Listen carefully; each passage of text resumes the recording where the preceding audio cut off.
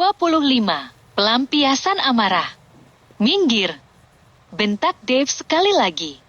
Dan Nai masih berdiri tegap, meski rasanya ia ingin pingsan saja dengan rintik hujan gerimis yang mengguyur tubuhnya, membuat kepalanya berdenyut. Makin murka karena amarahnya tidak tersalurkan, Dave akhirnya mengerang kuat, lalu membuka pintu mobilnya. Perasaan Nai sebenarnya berdebar hebat, takut Dave melakukan kekerasan lagi padanya. Dengan napas terengah naik turun, Dave keluar menatap Nai nyalang.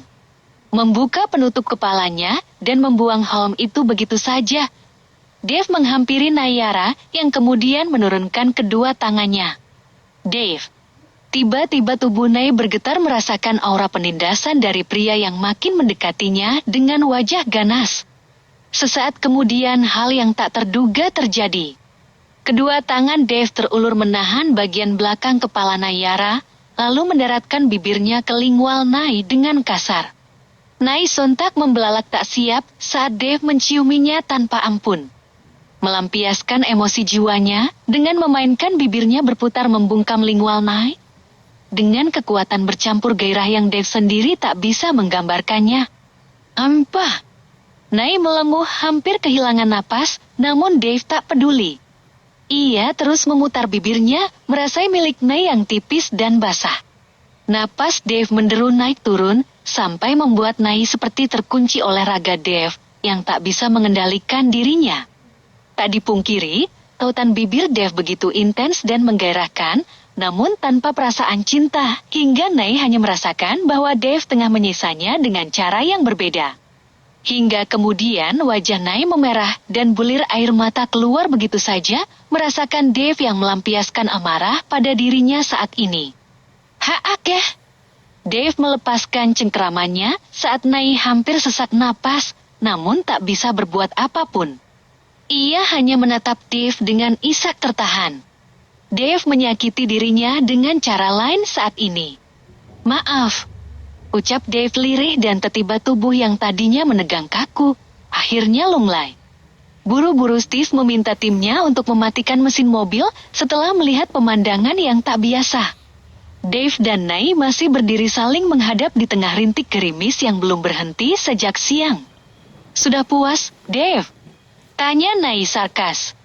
Wanita itu pun tidak tahu apa yang dirasakannya pada Dave saat pria itu untuk pertama kalinya menyentuh area yang seharusnya bisa dinikmati berdua, tidak bersamaan dengan amarah yang memuncak. Maaf, ucap Dave sekali, lalu beranjak pergi dengan sisa amarahnya. Ingin sekali Nai menangis di tempat ini. Namun mengingat ada beberapa orang di sekitarnya yang jelas melihat adegan tak patut tadi, Nai malu. Steve datang membawa payung dan menutupi tubuhnya yang gemetar. Silahkan, Nyonya. Nai bergeming di tempatnya berdiri. Ia malu pada Steve. Meski berhasil menghentikan Dave yang akan mencelakai dirinya, tapi ia sangat tak punya muka karena dicampakkan begitu saja setelah meraup bibirnya tanpa perasaan. Haci! Nai menutupi hidungnya pasca bersin dan merasakan tubuhnya dingin. Ia menggigil, namun tak ingin terlalu dirasakan.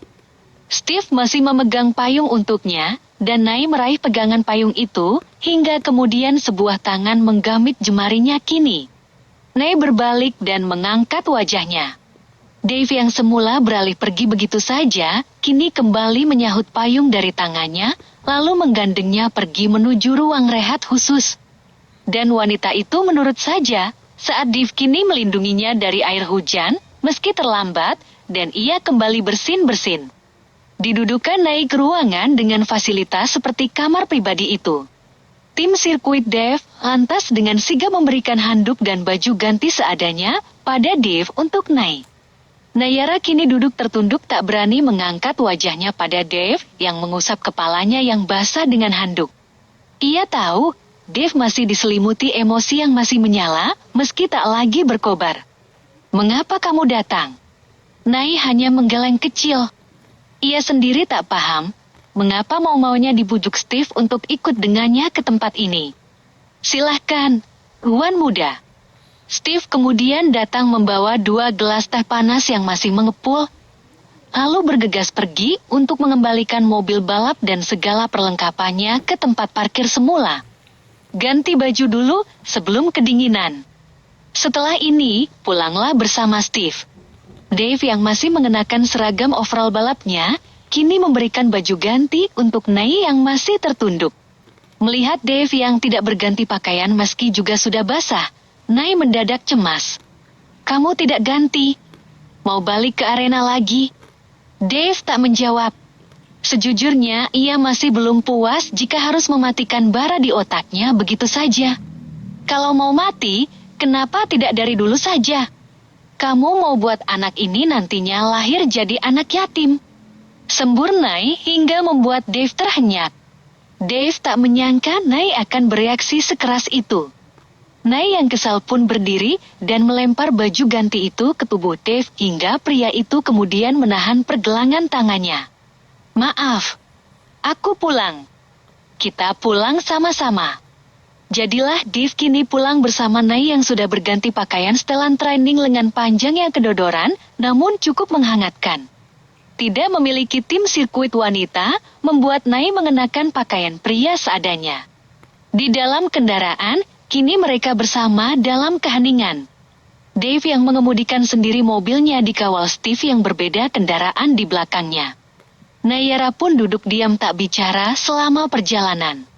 Baju lengan panjangnya ini cukup nyaman dan hangat, meski kepalanya kini sedikit pusing karena rambutnya yang basah.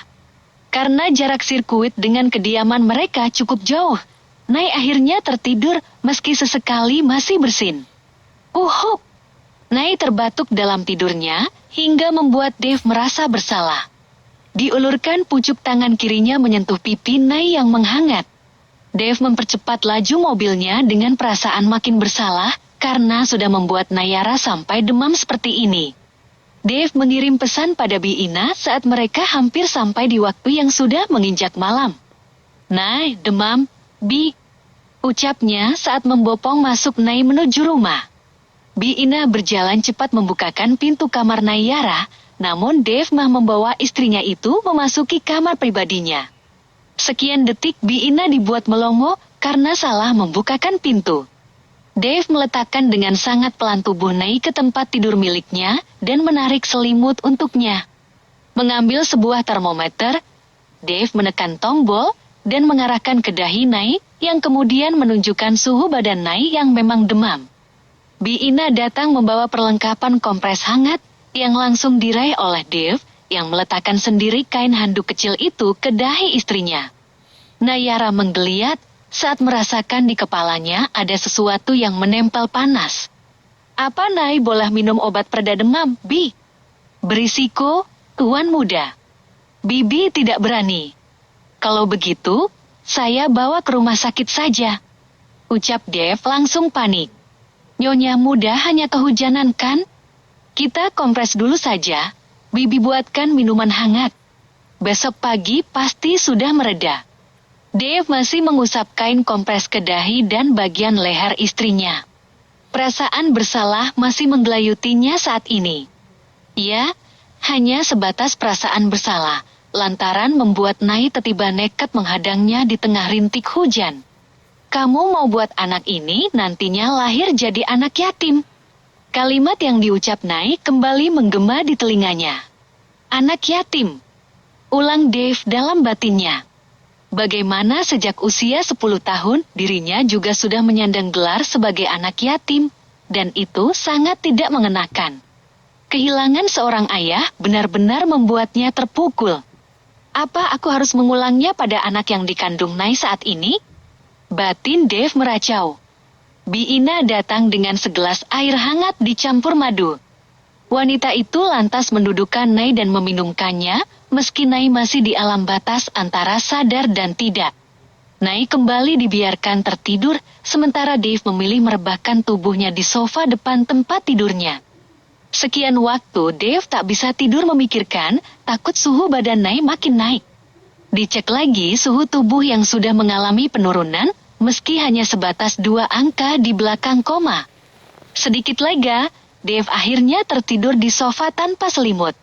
Pagi harinya, Nai merasakan ada sesuatu yang mengganjal di keningnya. Sebuah handuk kecil diambilnya, dan Nai masih mengembalikan kesadarannya. Melihat bentuk langit-langit ruangan yang berbeda, Nai merasa asing. Terlebih selimut yang menutupi sebagian tubuhnya juga berbeda. Wanita itu membangunkan dirinya duduk dan melihat sekeliling. Sosok Dave yang tertidur di sofa menjadi pemandangan tersendiri. Nai mengingat, terakhir kali ia berada di dalam mobil bersama suaminya itu. Apa yang terjadi? Kenapa aku bisa di sini? Gumam Nai, lantas memilih menyingkap selimut lalu menurunkan kakinya. Namun baru saja ia berdiri, kepalanya berdenyut. Nah tidak bisa mengimbangi tubuhnya sendiri. Brokep. Nai ambruk dengan posisi berlutut. Dave yang seolah mendapat sinyal kuat itu, langsung membuka mata, dan melihat Nai yang menahan tubuh dengan lutut dan tangannya. Nai. Dave beringsut membangunkan tubuh Nai yang lemas. Namun Nai masih berusaha menangkis raga Dave yang mendekatinya, sampai kemudian serangan rutin datang dan Nai tak bisa menahan untuk melompat ke kamar mandi dan meladeni gejolak mual dan muntah yang selalu menyerangnya setiap pagi. Nai mengernyit menahan perih di perutnya, lalu mengusap kasar wajahnya dengan emosi. Tak ingin Nai merasakan sendiri penyiksaannya, Dave kini membalikkan tubuh Nai menghadap dirinya, kemudian memeluk sebisanya. Maafkan aku, Nai. Maaf telah menyiksamu tanpa henti. Maaf,